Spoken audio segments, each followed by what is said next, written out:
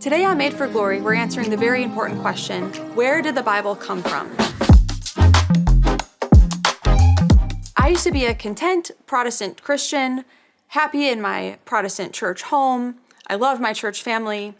But over the years, I started to become increasingly uncomfortable when my different pastors who loved Jesus, who were phenomenal teachers, and who always led us closer to Jesus, when different pastors would start to say things like, we out here at our church believe this important doctrine, and other Protestant denominations are wrong about that. I became increasingly uncomfortable with that because I started to wonder, how does my pastor know the truth versus any other Protestant pastor in town? All these different pastors at all these different Protestant denominations all claimed to believe in sola scriptura, that we only need the Bible to know the truth, that we only need the Bible to know the Christian faith. So if all these different pastors all believe that we only need scripture to know what is true, how could they arrive at different conclusions about very important doctrinal issues that really matter to the Christian faith? So as a Protestant, Bible-believing, sola scriptura Christian, I started to wonder, well, where did the Bible come from? When was the Bible compiled? And I was surprised as I learned and as I started to read deep into church history that for the first several hundreds of years of the Christian faith, there was no compiled Bible. There was no set list of books that were considered to be canonical. For the first several hundred years of church history, there were even extra biblical writings that were also read at the Christian liturgies, such as the writings of Ignatius, of Clement, the Shepherd of Hermas. These different writings were also read at church. But at a certain point, these writings were not included in the canon of Scripture. So who decided what did and did not belong in the Bible? Who decided and who had the authority to decide what was truly Scripture and what was not truly Scripture? I was surprised to learn that the final list of which books were considered to be divinely inspired that were ultimately included in the canon and the list of books in Scripture was not fully defined until the Council of Rome in 382 AD. So my question at this point was, well, how did the first Christians, for the first hundreds of years of Christianity, how did they know and pass on the Christian faith if sola scriptura couldn't have existed? If sola scriptura wasn't even possible, because Scripture wasn't even defined at this point in church history. What I learned was that at the Council of Rome, which was ratified by the Catholic Pope of the time, that these Catholics had the authority to define what was and was not Scripture.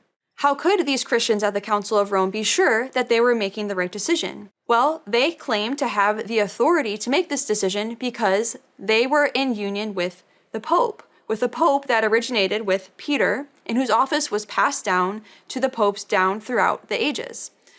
Because of this church that would claim to have the authority to have the voices of the apostles still ringing in their ears through the apostolic succession of the Catholic Church, they were able to define what Scripture even was in the first place. For the first time, I began to consider the fact that after Jesus ascended into heaven, important doctrinal questions still need to be answered. Questions that are not fully articulated in Scripture, such as, what books even belong in Scripture in the first place? If the Bible doesn't say which books belong in the Bible, then how could sola scriptura be sufficient to know what is and is not canonical? Determining the canon of Scripture is one thing that is not fully defined in Scripture itself, and I started to think about all the other important foundational claims of Christianity that are also not explicitly articulated in Scripture, such as the relationship between the three persons of the Holy Trinity, such as the two natures of Christ in his full humanity and his full divinity. I was surprised to realize that the very people who defined and compiled the list of books that belonged in Scripture in the first place was the Catholic Church.